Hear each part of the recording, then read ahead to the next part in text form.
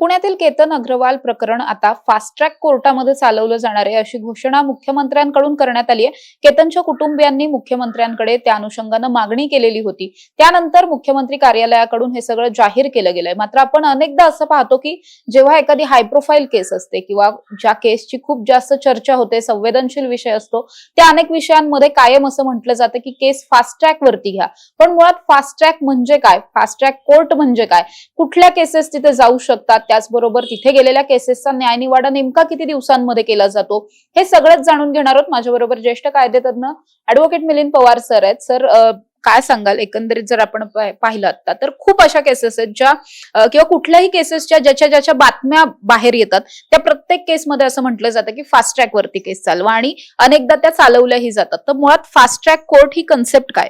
त्याच्यामध्ये असं आहे की सन 2000 सालामध्ये 11वं वित्त आयोग म्हणजे 11th फायनान्स कमिशन केंद्र सरकारने फास्ट ट्रॅक कोर्ट म्हणजे द्रुतगती न्यायालय ही कन्सेप्ट राबवावी असा प्रस्ताव मांडला, आर्थिक तरतूद केली आणि 2000 सालापासून भारतामध्ये जवळपास त्या तरतुदीनंतर 1734 फास्ट ट्रॅक न्यायालयांची स्थापना झाली। त्यावेळेला कन्सेप्ट अशी होती की अंडर ट्रायल प्रिझनर आरोपी भरपूर होते, केसेसचा निपटारा लवकर होत नव्हता आणि तो लवकर द्रुतगती पद्धतीने व्हावा म्हणून हे फास्ट ट्रॅक कोर्टची कन्सेप्ट 2000 सालामध्ये आली। त्यावेळेला असं होतं की जे रिटायर्ड झालेले न्यायाधीश असायचे त्यांना परत न्यायाधीश म्हणून त्यांना ऑर्डर दिल्या, फास्ट ट्रॅक कोर्ट स्थापन झाले आणि त्यावेळेला रिटायर्ड झालेल्या न्यायाधीशांच्या समोर पेंडिंग असलेल्या केसेस तिकडे पाठवल्या आणि अतिशय फास्ट पद्धतीने त्यावेळेला त्या केसेस चालल्या। 2011 नंतर 11 पर्यंत केंद्र सरकार निधी देत होतं, तोपर्यंत फास्ट ट्रॅक कोर्ट व्यवस्थित चालू होते। पण त्यानंतर केंद्र सरकारने निधी देणं बंद केलं माझ्या माहितीनुसार। पण आजही जे आपले आपले उच्च न्यायालय आहेत, प्रत्येक आपल्या त्या ह्याच्यामध्ये ऍडजस्ट करून फास्ट ट्रॅक म्हणजे द्रुतगती न्यायालयाची कन्सेप्ट आजही राबवते। आता फास्ट ट्रॅक न्यायालय म्हणजे काय, ते काही वेगळं न्यायालय नाही, तिथं कुठला वेगळा कायदा नाही, वेगळी प्रोसिजर नाही, वेगळे न्यायाधीश नसतात।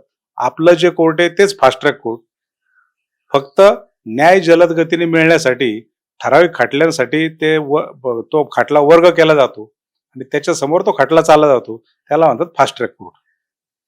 सध्या जसं मी आधी म्हटलं सर की अनेकदा असं पाहायला मिळतं की कुठली सेन्सिटिव्ह केस असेल तर ती फास्ट ट्रॅक वरती घ्या असं कायम म्हटलं जातं। फास्ट ट्रॅक वरती एखादी केस घेण्यासाठी काही प्रोसिजर असते का, किंवा काही असे ठराविक प्रकरण आहेत का की या प्रकरणांमधल्या केसेस या प्रामुख्यानं फास्ट ट्रॅक वरती घेतात, असे कुठले नियम वगैरे काही आहेत का? मुळात असं आहे की आता आपण जे आता सांगितलं की फास्ट ट्रॅक मध्ये घेऊ, फास्ट ट्रॅक कोर्ट करू, हे राजकीय लोक काहीतरी स्टेटमेंट देत असतात। मुळात फास्ट ट्रॅक कोर्ट किंवा कुठलंही कोर्ट एस्टॅब्लिश करायचं असेल तर त्यावर सगळा कंट्रोल असतो हायकोर्टचा। हायकोर्टच्या प्रशासकीय विभागामार्फत याचं सगळं कंट्रोल चालतं।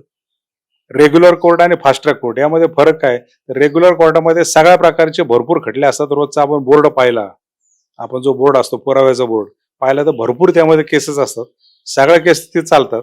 आणि फास्ट ट्रॅक कोर्ट म्हणजे काय, ठराविक केसेससाठी फक्त तेवढंच कोर्ट, त्यामध्ये जास्त ऍडजस्टमेंट म्हणजे तुम्हाला तहकूब करता येत नाही, रोजच्या रोज शक्यतो सुनावणी चालली पाहिजे, सरकारी वकिलांनी वेळेवर येऊन त्या केसचा पाठपुरावा केला पाहिजे, हे सगळं फास्ट ट्रॅक कोर्टमध्ये चालतं। आता आपण नासरापूरचं प्रकरण पाहिलं, घटना घडल्यानंतर मला वाटतं 55 दिवसामध्ये तो खटला निकालापर्यंत आला का, फास्ट ट्रॅक कोर्टची संकल्पना तिथं राबवली गेली। पोस्को अंतर्गत जे काही लिमिटेशन आहे, चार्जशीट किती दिवसात पाठवायचं, ते चार्जशीट वेळेत गेलं। गिल साहेबांनी जे SP आहेत आपले, अतिशय प्रॉपर इन्व्हेस्टिगेशन करून मनापासून सगळं घडून आणलं, न्यायालयात दोषारोप पत्र गेलं। सरकारने तात्काळ विशेष सरकारी वकिलांची नेमणूक केली। विशेष सरकारी वकील म्हणलं की त्या केसवरच त्यांनी कॉन्सन्ट्रेशन करायचं। मग मी ह्या कोर्टात होतो, तिकडं माझं आर्ग्युमेंट चाललं होतं, दुसऱ्या केसमध्ये अजून एक साक्षर आलाय, ही सबब नाही, त्या केसवरच कॉन्सन्ट्रेशन करून विशेष सरकारी वकिलांनी तीच केस चालवायची। म्हणजे चार्जशीट वेळेत आलं, सरकारी वकील विशेष स्पेशल अपॉइंटमेंट झाली आणि फास्ट ट्रॅक कोर्टाला विनंती केली की हे ह्या पद्धतीने चाललं पाहिजे आणि संबंधित न्यायाधीश महोदयांनी ते मनावर घेऊन 55 दिवसात हे खटला संपला। यालाच फास्ट ट्रॅक कोर्टचं कन्सेप्ट आणि या फास्ट ट्रॅक कोर्टचे हे फायदे असे वकील म्हणून मला वाटतं। सर, जसं तुम्ही म्हटलात की अनेकदा नेत्यांकडून मोठ्या प्रमाणात या पद्धतीच्या घोषणा केल्या जातात की ही केस आम्ही फास्ट ट्रॅक वरती घेऊ वगैरे. तर मुळात फास्ट ट्रॅक वरती केस घेण्यासाठीची त्यापूर्वीची प्रोसेस नेमकी काय असते? कशा पद्धतीने एखादी केस त्या कोर्टामध्ये चालवली जाते? नाही, आता बऱ्याच वेळेला काय होतं की जे काही केसेस गाजल्यात मीडियामधून वगैरे, त्या केसलाच मग फास्ट ट्रॅक, आता ते नासरबोचं प्रकरण असेल किंवा पुण्यामध्ये सध्या काहीतरी ते अगरवालचं प्रकरण घडले काहीतरी लोहगडचं वगैरे, ते आम्ही फास्ट ट्रॅक द्रुतगती न्यायालयात पाठवू, अशा त्या घोषणा करतात. सरकार हायकोर्टला सांगत नाही की तुम्ही या खटला फास्ट ट्रॅकमध्ये चालवा. हा सगळा निर्णय सगळा हायकोर्ट आणि सगळे ज्युडिशरीचा असतो. शासनाचं काम काय, सरकारचं काम काय, फक्त त्याला निधी पुरवणं. जास्तीत जास्त ते विनंती करू शकतात. मग ही विनंती करायची म्हटली की फास्ट ट्रॅक कोर्टची एस्टॅब्लिशमेंट आली. मग त्यासाठी सेपरेट न्यायाधीश, separate court hall, separate staff, सगळा बंदोबस्त सेपरेट. हे जर सेपरेट केलं ते फास्ट ट्रॅक होईल. सध्या तसं होत नाही. आपलं जे रेग्युलर कोर्ट आहे ह्याच कोर्टाला फास्ट ट्रॅकचा दर्जा देऊन फक्त सरकारकडून विनंती केली जाते की हा खटला जरा वेगळ्या पद्धतीने फास्ट ट्रॅक लेवलवर चालला तर लवकर न्याय मिळेल, की जो समाजामध्ये रोष आहे. आता फास्ट ट्रॅक कोर्ट म्हणजे काय, की समाजाचं हित, वाढलेली गुन्हेगारी यावर कुठेतरी वचक बसावा, खटल्यांचा निपटारा लवकरात लवकर व्हावा, ह्या उद्देशाने फास्ट ट्रॅक कोर्टची कन्सेप्ट आहे. पण आपण जे म्हणताय ते बरोबर आहे. विशेष एखाद्या कुठल्या तरी एकाच केससाठी यासाठी फास्ट ट्रॅक कोर्ट. आता आपण नासरपुराचं प्रकरण पाहिलं की त्या बाळावर अत्याचार झाले, तिचा खून झाला, 55 दिवसात त्याचा निकालही लागेल. एवढं छोटं बाळ नाही, पण पोक्सो अंतर्गत अशा टाईपच्या केसेस जवळपास 7-7, 8-8 वर्षे पेंडिंग आहेत. मग याकडे कोणाचं लक्ष जात नाही. आता लोहगडचं प्रकरण त्या अगरवाल आणि गोयल, त्या मुलाला ढकलून दिला, त्या मुलाचा मृत्यू झाला, खुनाचा गुन्हा दाखल झाला, तपास चाललाय. आता यामध्ये देखील मग फास्ट ट्रॅक कोर्ट स्थापन करा, विशेष सरकारची अपॉइंटमेंट करा. मग हा खुनाचा गुन्हा एकच आहे का? अशा अनेक प्रकारचे गुन्हे पेंडिंग आहेत. गेले 10-10 वर्षे त्याला निकाल लागत नाहीत, ही वस्तुस्थिती. आणि म्हणून न्याय देत असताना कोणावरही दुजाभाव होता कामा नये. सगळ्याला समान तत्वानुसार न्याय मिळाला पाहिजे, हे देखील सर्वांनीच लक्षात घ्यायला पाहिजे, असे वकील म्हणून मला वाटतं. नक्कीच सर, जे तुम्ही आता म्हटलात ते अतिशय महत्वाचं आहे की हा सुद्धा आरोप सध्या खूप केला जातो की फास्ट ट्रॅक वरती एखादी केस घेतली जाते पण पुढे त्याचं काय होतं यावरती कुणाचं फारसं लक्ष नसतं, किंवा फास्ट ट्रॅक वर घेतली तरी ती वर्षानुवर्ष केस चालते. म्हणजे हे अगदी एकच उदाहरण आहे असं म्हणावं लागेल जे नसरापूरच्या प्रकरणात घडलेलं आहे. यापूर्वी असं कधी घडलेलं नव्हतं. त्यामुळे फास्ट ट्रॅकला काही लिमिट आहे का, की एवढ्या दिवसांमध्येच तुम्ही एखादी केस राबवली गेली पाहिजे, किंवा तसं लिमिट घालणं सुद्धा गरजेचं आहे का? केवळ म्हणणं नाही तर ते प्रत्यक्षात अंमलबजावणी. मी अगोदरच सांगितलं की फास्ट ट्रॅक कोर्ट हे काय वेगळं कुठलं कोर्ट नाही, रेग्युलर कोर्ट आहे. रेग्युलरच न्यायाधीश असतात. फक्त ह्या केसमध्ये विशेष सरकारी वकिलांची अपॉइंटमेंट ह्या खटल्यात केली म्हणून, आणि म्हणून त्याला फास्ट ट्रॅक आणि द्रुतगतीने ते खटला चालला म्हणून. पण त्यासाठी वेगळी कुठली तरतूद नाही, कायद्यामध्ये अशी कुठली प्रोव्हिजन नाही की फास्ट ट्रॅक कोर्टाने एखादा खटला आला की तो 30 दिवसात संपवा, 2 महिन्यात संपवा. त्या कायद्यात तरतुदी आहेत. फास्ट ट्रॅक कोर्टावर असं कुठलं बंधन नाही. फास्ट ट्रॅक कोर्टाचा अर्थच एवढाच आहे की जलद गतीने फौजदारी खटल्यांचा निपटारा होण्यासाठी भारत सरकारने 2000 सालामध्ये ही संकल्पना राबवली. त्यासाठी देशभर निधी पुरवला. 1734 कोर्टाची स्थापना झाली. कालांतराने तो निधी बंद झाला. पण आजही जरी फास्ट ट्रॅक कोर्टला निधी मिळत नसला तरी उच्च न्यायालयाच्या गायडन्सनुसार फास्ट ट्रॅक द्रुतगती न्यायालय की अशा प्रकारच्या केसेस आल्या त्याला प्रायोरिटी द्या, ह्या तत्वावर फास्ट ट्रॅक कोर्ट फक्त चालू आहे. त्याला वेगळा कुठला नियम कायदा असं कुठला नाही. पण सर, एकंदरीत आपण पाहिलं तर तुम्ही इतके वर्ष या सगळ्या क्षेत्रामध्ये आहात, तुम्हाला स्वतःला वकील म्हणून असं वाटतं का की या सगळ्यामध्ये खरंच फास्ट ट्रॅक नावाप्रमाणे ते फास्ट झालं सुद्धा पाहिजे आणि त्याला सुद्धा एखाद्या काहीतरी दिवसांचा टाइम लिमिट घालून दिला गेला पाहिजे? कारण अनेकदा आपण पाहतो की म्हणजे अगदी नाशिकचं अशोक खराचं प्रकरण असेल, त्यामध्ये पोलिसांनी असं सांगितलं की आम्ही 60 दिवसांच्या चार्जशीट दाखल करू, ते त्यांनी करून दाखवलं. याही नसरापूरच्या केसमध्ये तसंच झालं. तर ते इन जनरलीच एखादी केस ही एवढ्या कालावधीमध्ये हा खटला संपवायचा असा एखादा नियम घालून देणं खूप गरजेचं आहे असं वाटतं. बरोबर आहे. आमच्या रेग्युलर अनुभवावरनं किंवा आमच्या वकिलांमध्ये पण चर्चा असते की पोलिसांना तुम्ही फ्री हँड द्या, पूर्ण त्यांना तपास करू द्या.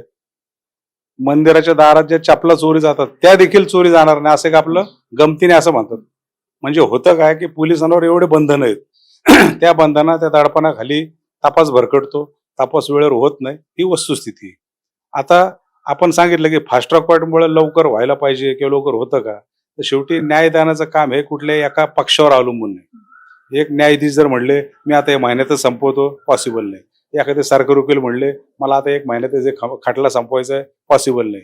आरोपीचे वकील म्हणले आमचा खटला लवकर घ्या आणि 30 दिवसात संपवा, तेही शक्य नाही. पण ज्या वेळेला ह्या सगळ्या गोष्टी जुळून येतात त्यावेळेला नसरापूरच्या खटल्यात जे घडलं तो आपण निकाल लवकरात लवकर कसा होऊ शकतो हे बघू शकतो. कारण खटला चालत असताना ज्या वेळेला सरकार पक्षाचे विटनेस येतात, समजा आज फिर्यादी आला, आरोपीचे वकील म्हणून समजा मी आहे, मला काहीतरी अडचण असते, मी कुठेतरी बिझी असतो, मी अर्ज देतो, मला आज काही जमणार नाही, आज मी तयार आहे, सरकारी वकिलांना अडचण असते, सरकारी वकील असतात, डिफेन्स बचाव पक्षाचे वकील तयार असतात, न्यायाधीश नसतात, न्यायाधीश पण आहेत, सरकारी वकील पण आहे, मी पण आहे, पण कोर्टाचा स्टे नाही, लिहून कुणी घ्यायचं या मुद्द्यावर देखील केसेस पुढे गेलेल्या आम्ही सगळं डोळ्याने पाहिले. आणि स्टेनो आहेत, न्यायाधीश महोदय आहेत, दोन्ही वकील आहेत, पोलीसच नाही, साक्षीदारच नाही, अशा अनेक गोष्टी आहेत. खटला पुढे जायला ही सगळी यंत्रणेचा भाग आहे. आणि म्हणून कुणाला काय वाटलं आणि म्हणून 30 दिवसात संपला पाहिजे, 60 दिवसात, हे शक्य नाही. या खटले शक्य झालंय, पण नसरापूरच्या खटल्यामध्ये जे 55 दिवसात घडलं असं जर वारंवार घडत गेलं, या पीडितांना असं वारंवार न्याय मिळायला लागला, तर हे सगळ्यांना न्याय व्यवस्थेच्या दृष्टीने, प्रशासन असेल आणि समाजाच्या दृष्टीने आणि गुन्हेगारांवर जरब बसवण्याच्या दृष्टीने हा फार स्वागतार्ह निकाल असेल असे एक वकील म्हणून मला वाटतं. नक्कीच.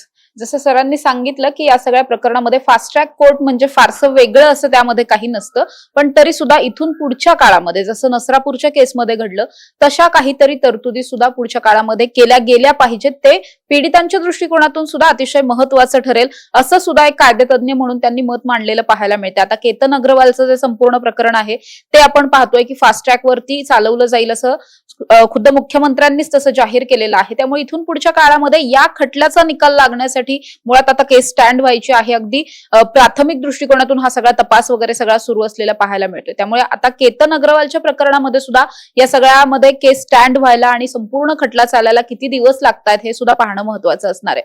कॅमेरा पर्सन निलेश सह समृद्धी जाधव, टॉप न्यूज मराठी, पुणे.